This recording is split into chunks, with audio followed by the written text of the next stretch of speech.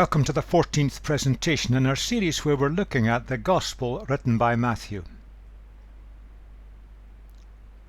We're looking now at devolved authority. Let's just look back and see where we've come from. Chapter 9 finishes with these important words. Jesus went through their towns and villages, teaching in their synagogues, proclaiming the good news of the kingdom and healing every disease and every sickness. When he saw the crowds, he had compassion on them because they were harassed and helpless, like sheep without a shepherd. Ask the Lord of the harvest to send out workers into his harvest. Jesus' heart went out to people who were suffering. He wanted to, was willing to, and did help them. He saw them as being pushed around in life, kind of lost their way. The religious system of their day wasn't helping them. They needed help, direction, and support.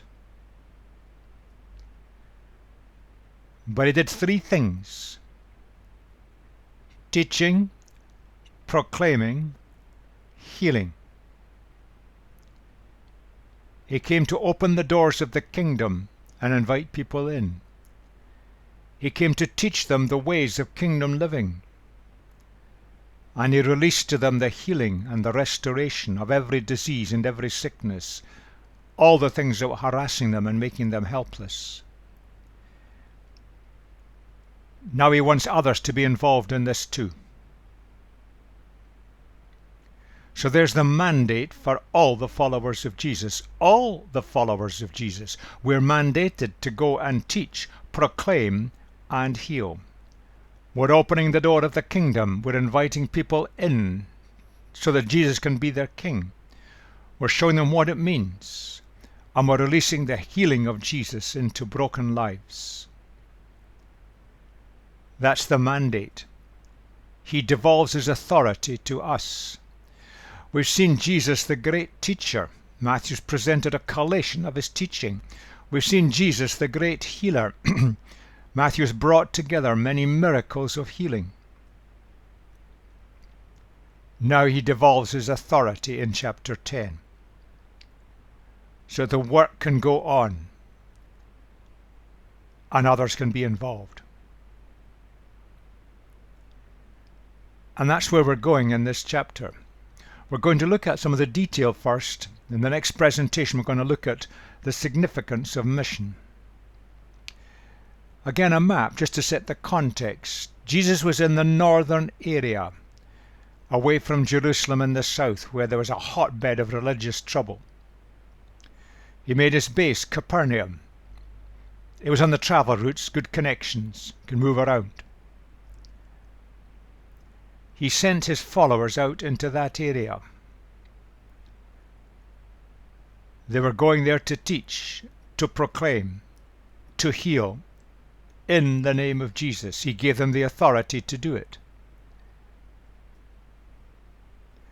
I want to read the text through just so we get an overall picture. Most of the chapter. He called his 12 disciples to him and gave them authority to drive out impure spirits, healing every disease and sickness. There's the authority given. He lists the names of the disciples involved. These 12 Jesus sent out with the following instructions: do not go among the Gentiles or enter any town of the Samaritans, but go rather to the lost sheep of Israel. They're to start with the people of God before they moved on. As you go, proclaim this message: the kingdom of heaven has come near. Heal those who are ill, raise the dead, cleanse those who have leprosy, drive out demons. Freely you've received, freely give. You don't charge for it. Do not get any gold or silver or copper to take with you in your belts, no bag for the journey or extra shirt or sandals or a staff, for the worker is worthy his keep. You'll be provided for. Whatever town or village you enter, search there for some worthy person and stay at their house until you leave. As you enter the home, give it your greeting. If the home is deserving, let your peace rest on it. If it is not, let your peace return to you. Typical hospitality in the culture of the time. If anyone will not welcome you or listen to your words, leave that home or town and shake the dust off your feet. Truly I tell you, it will be more bearable for Sodom and Gomorrah on the day of judgment than for that town. You make known the message? If you reject it, move on. There are many more who want to hear. He goes on, I'm sending you out like sheep among wolves. Therefore be as shrewd as snakes and as innocent as doves. Be on your guard. You'll be handed over to the local councils and be flogged in the synagogues.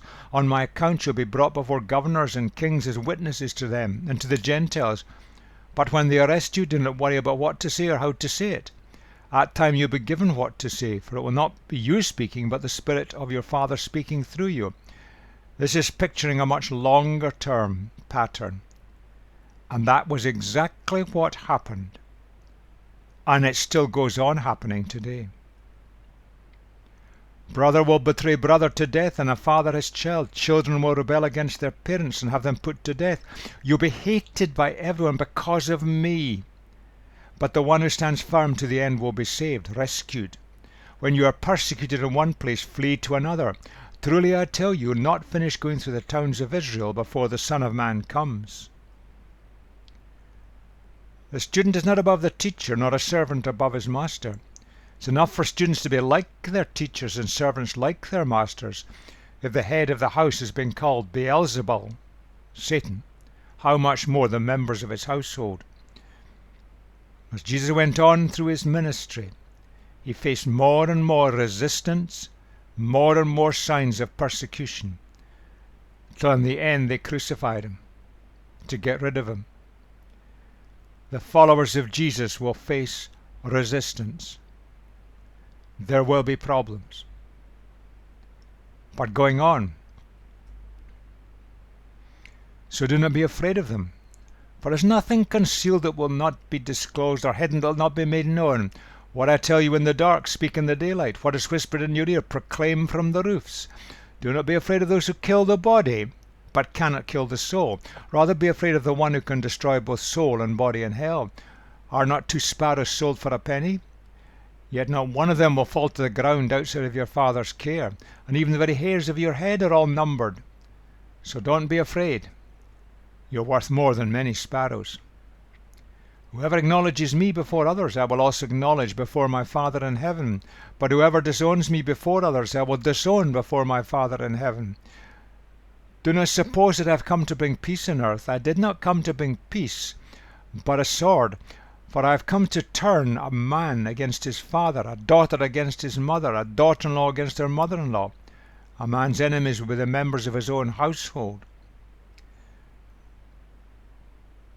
We've got to watch that we don't interpret this from a Western mindset. What Jesus is saying here is, when people come to him, the rest of the family may turn against them. And that again happened exactly as he predicted. And it's happening today. When people come to Jesus, very often they're thrown out of their family. They just become a non-person. They may lose a husband or a wife. They may lose children. They may lose a job. The resistance to the way of Jesus is considerable. Now that's a quotation from Micah. And the picture there that the prophet is giving, a picture of a people group falling apart, social disintegration, when people resist God and pillory those who are responding. And finally in the chapter, anyone who loves their father or mother more than me is not worthy of me, and anyone who loves their son or daughter more than me is not worthy of me. Whoever does not take up their cross and follow me is not worthy of me. Whoever finds their life will lose it, and whoever loses their life for my sake will find it. This is a challenge to us today, where so often the way of Jesus presenting is that Jesus is the answer. You'll make life wonderful. Come to Jesus, all will be well. No, Jesus is the answer. But in fact, following Jesus may cost us everything we've got and more. And it's an element of challenge that we've got to face up to people with honesty and integrity. Anyone who welcomes you welcomes me, and anyone who welcomes me welcomes the one who sent me, God himself. Whoever welcomes a prophet as a prophet will receive a prophet's reward. Whoever welcomes a righteous person as a righteous person will receive a righteous person's reward. And if anyone gives even a cup of cold water to one of his little ones who's my disciple, truly I tell you that person will certainly not lose their reward. People will help you. People will see you through.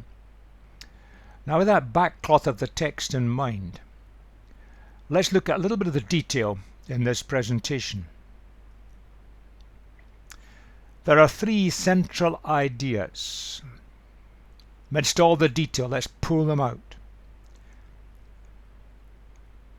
Jesus calls, sends, and gives, and he gives authority. He calls people to follow him. It's wonderful to follow Jesus. Kingdom living is wonderful. Revolutionary, but wonderful. But he calls us to do that. Then he sends us that we might live the kingdom way in the world around, that we might share the way of Jesus with others. And we face resistance. But Jesus gives us authority. Authority to proclaim the kingdom message, to teach the way of Jesus, and to release healing and restoration to people. Jesus calls, he sends, he gives authority. It's a complete package, and Matthew has brought it together here.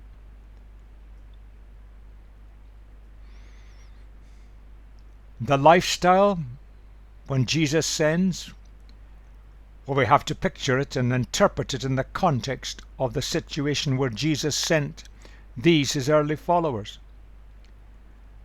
They were sent out on a kind of mission journey. It's a short period of time. Jesus couldn't be everywhere all the time. This shared the message out wider. And it's set in the culture and context of that time. They were to go to Jewish communities. Later, they would go to groups that were not Jewish, because the message of Jesus applies to everybody. But they started with their own people. They spoke their own language, their own culture, their own context, their own background. That's what we've all got to do. We start where we are. They're to travel light. They're not looking for money, reserves, resources, planning ahead. Travel light. Keep on moving. If people respond, great. If people reject and resist, move on. There are others who need to hear. Expect resistance. We'll look at why resistance always comes to the way of Jesus. The way of Jesus is wonderful, but many resist it. But don't be naive. Be circumspect. Be wise in how you behave and what you do. Great principles for the lifestyle as we live for Jesus in our own communities, amongst the people that are our own people. And it's a picture of how we live for Jesus.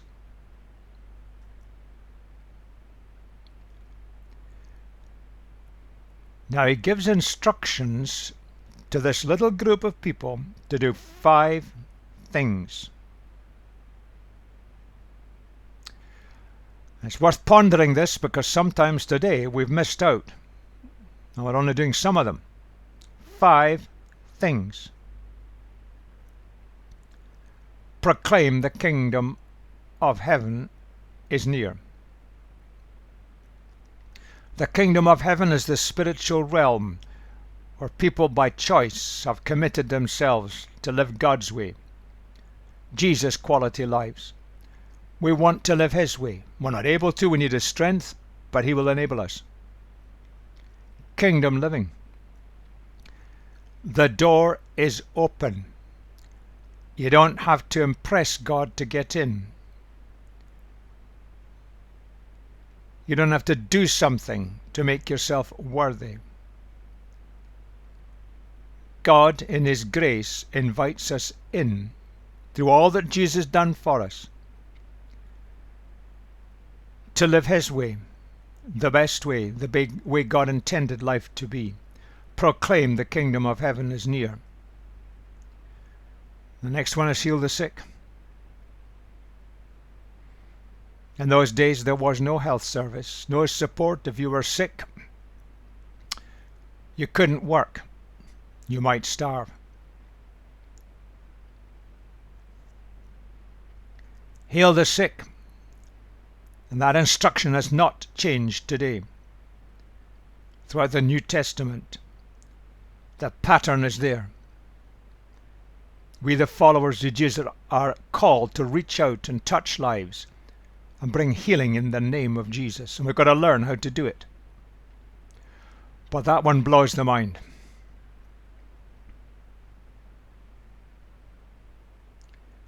Satan, from time to time, takes people's lives prematurely, cuts them short. We stand against that in the name of Jesus because Jesus stands against it. He wants people to live full lives, healthy and whole. We've got to come to terms with that one and think that through. That was the scourge of the day, because it created a social divide. The skin disease is known as leprosy, or highly infectious. So you're cast out from society. There are parallels today with some diseases which cause terrible problems. But there also are things in society today which separate people off from the rest of the population.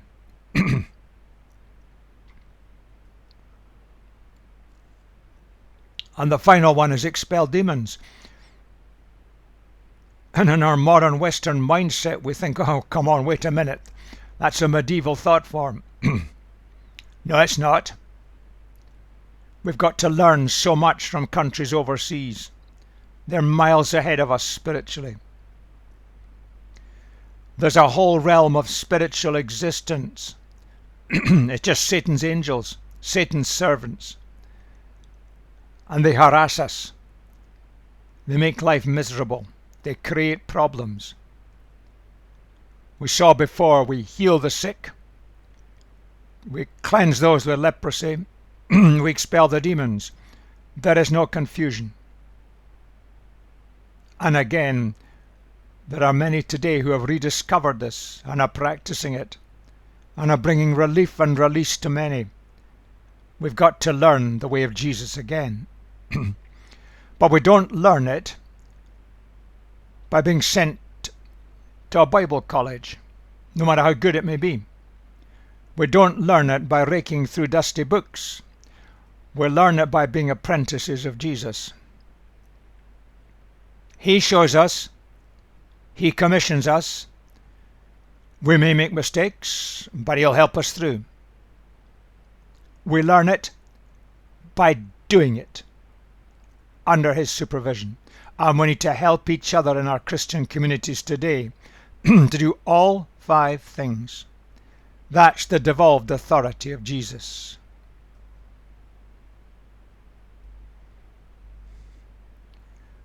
But we're going to face that. Jesus warned his followers that was going to happen, and down through history that has happened.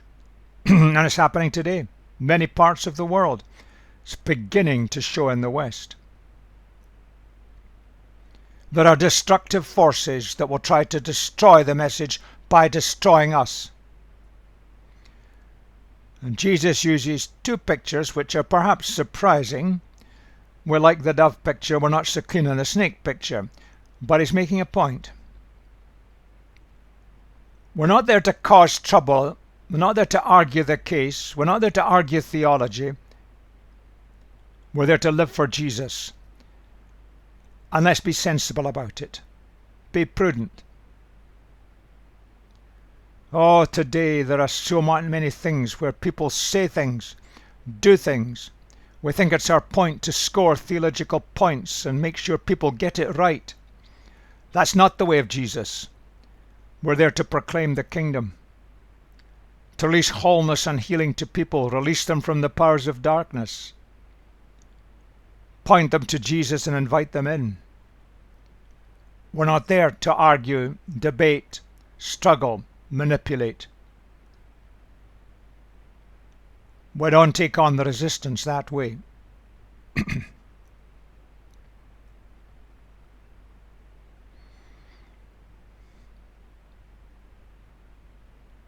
The only way people can see Jesus is to see Jesus in your life and mine. We represent Jesus before the watching world.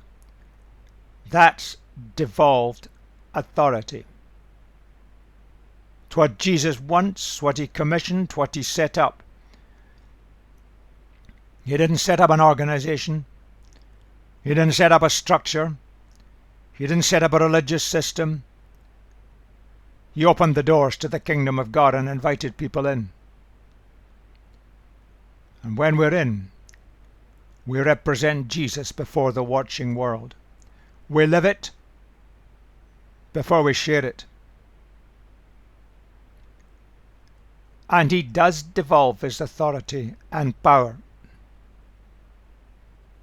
He did it with that group. He did it with other groups. He's done it down through history.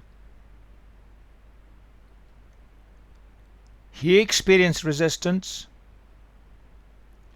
So will we. So he said that.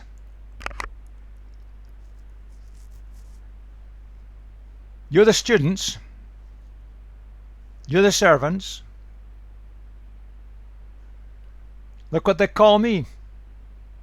Some of the religious leaders at the time claimed that Jesus was taking on Satan using the power of Satan. A logical absurdity. Beelzebul, representing the evil one. They do it to me, they'll do it to you. We're all in the same boat. When we represent Jesus before the watching world with his devolved authority, some will reject. They may argue it's irrelevant. They may find it too disturbing because they want to run their lives their way. Maybe they're comfortable and don't want to be disturbed. Some will welcome.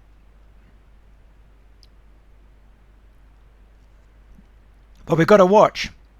Some welcome simply out of polite respect. Don't be conned. But there will be those who desire to follow Jesus and come into the kingdom. But there will be resistance, persecution. When people are insecure, they attack any alternative. But most often the resistance and the persecution comes because a power base could be disturbed. They've got power, they've got wealth, they've got influence. They don't want to give it up. That has always been true.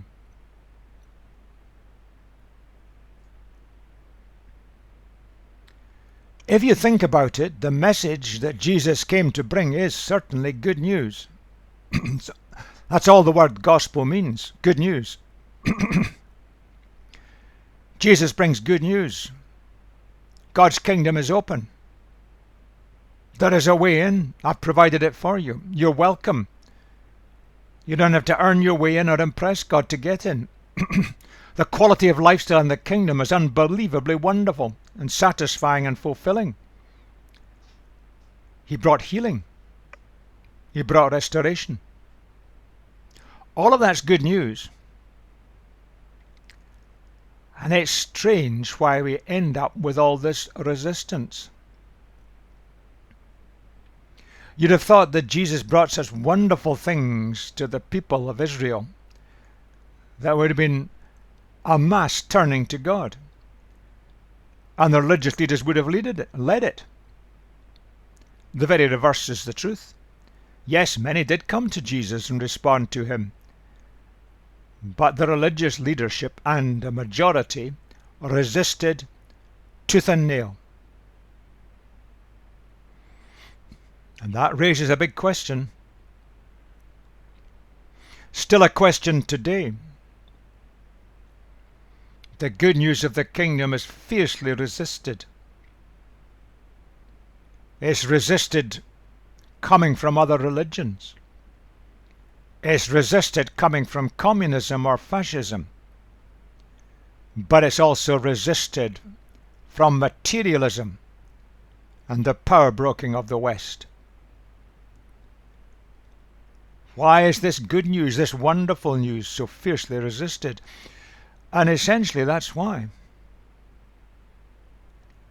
Because it challenges vested interests. It challenges power bases. It challenges the ability to control and manipulate, which people in power, both in politics and religions, love to use. So, for example, followers of Jesus have been killed by those who are the drug barons of South and Central America, because the proclamation of the way of Jesus undermines the power they've got and the money they can make from selling drugs and destroying lives. You can see it in the communist world. The Chinese government at the moment is mercilessly persecuting the followers of Jesus.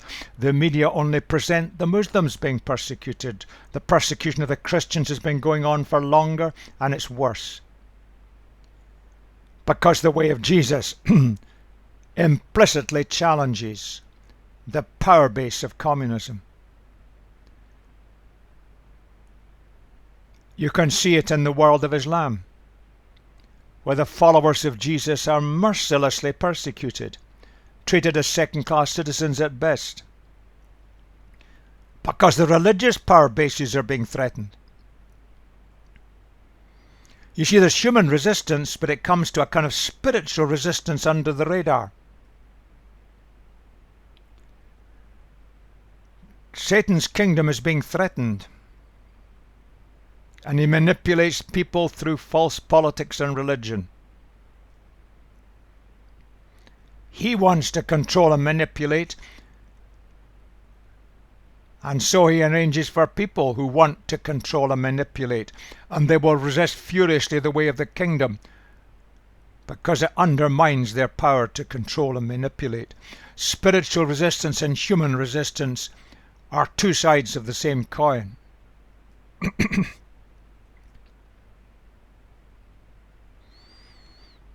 That's us. You think about it. We've all got strong elements of insecurity. And one way out of that insecurity is that we like power. We like to be in control, take decisions of our own lives, run our own things. Very quickly it becomes running the lives of other people.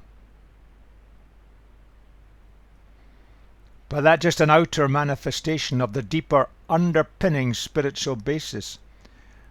You see, Satan wants to control people. He wants to keep people in his kingdom. He wants to manipulate people to do his way. And he will resist furiously the kingdom of Jesus, because that would destroy and reduce his power base. That's why there's resistance. That's why there's persecution. You see, when we bring the message of Jesus and we bring the miracles of Jesus, and we're called to do that, they confront political leadership when political leadership wants its power base secure.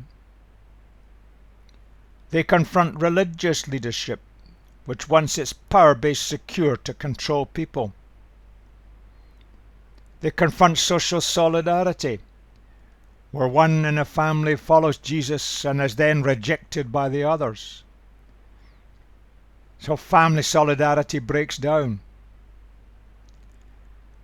It confronts the vested interests in our societies, whether the society is fascist, communist, materialist Western, or ruled by some religion.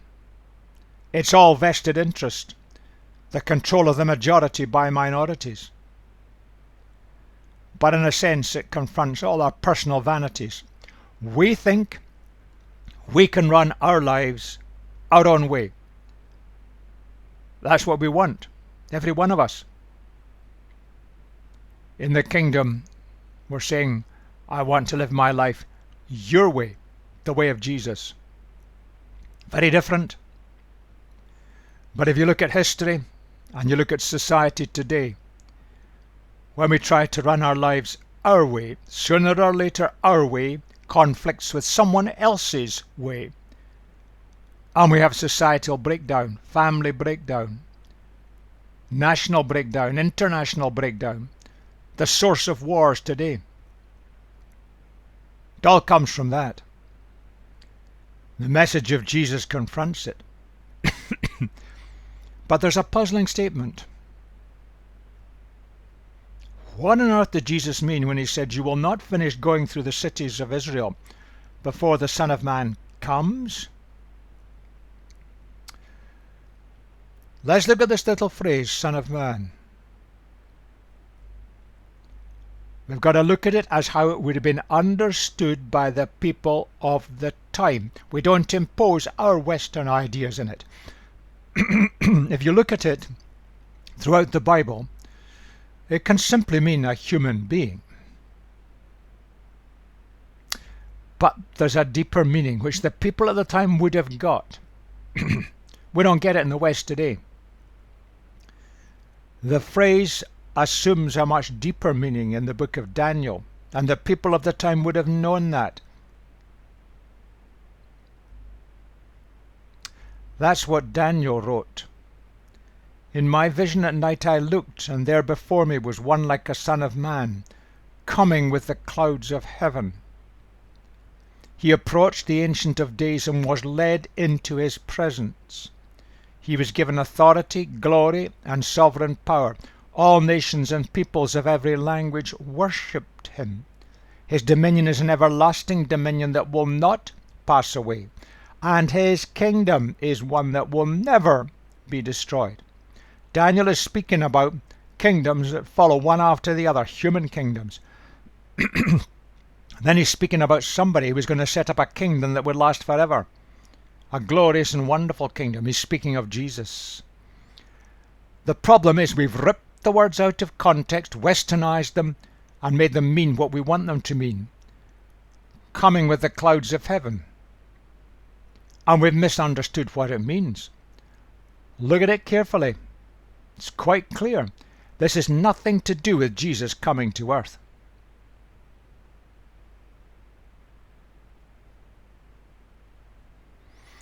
Jesus is coming to God. He approached the Ancient of Days, God, and was led into God's presence. He's coming with the clouds of heaven, into the very presence of God. This is not the return of Jesus. This is something else. Jesus coming to God. And he comes to be enthroned as king. He's given authority, glory, and sovereign power. In the kingdom which he set up, all people groups were going to come to him. His kingdom will not pass away, and it's still here today. Never be destroyed. That was the pattern of human kingdoms at the time that Daniel saw. One came to be replaced by another. This is one that would come, ruled by somebody, the Son of Man, who set up the kingdom, open the doors, make it possible, and then come into God's presence. It's a heavenly enthronement. You see, we've got this round 180 degrees the wrong way. He's not coming from God to earth. He's coming from earth to God. And the language is absolutely clear in the original.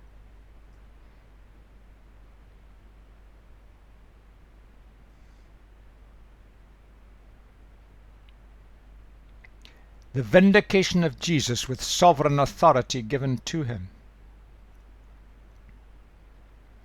Jesus stripped himself willingly of his divinity and entered our humanity. And he achieved for us what we couldn't achieve for ourselves through his life, death, and resurrection. With the job done, the kingdom set up, the kingdom open, his followers equipped and commissioned to go forward. He then leaves this world physically. That's the ascension. And he goes into the presence of God and is restored to his divinity. His authority, glory, and sovereign power that he'd willingly given up and set aside to enter our humanity. They are his as of right. Now, with that backcloth in mind, the phrase Son of Man has emphasized two things. An ordinary human being. But the other side is sovereign authority is emphasized, which is what Jesus has and always has had. So back to our verse. That's what he's saying. They wouldn't have got the word resurrection and ascension. They didn't understand for ages that he had to be crucified. He's saying, my life will go. Crucified, I'll be resurrected, and I'll be restored to my rightful place in heaven as King of Kings and Lord of Lords. And that will all take place before you've managed to reach the whole of even this tiny country of Israel with the message of the good news of the kingdom. Now, if you look at history, it was less than 3 years later he was captured, flogged, tortured, crucified, resurrected, and ascended. Then the disciples started the task of reaching the people of Israel, before Israel itself was wiped out 40 years later. And the followers of Jesus moved on to bring the message of the kingdom, the healing and restoration in Jesus, to the whole Roman Empire and beyond. That's what Jesus is saying. And the passage from Daniel makes it so clear.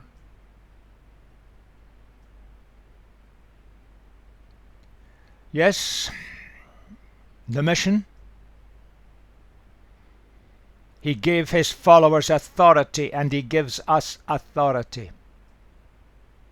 We represent Jesus before the watching world.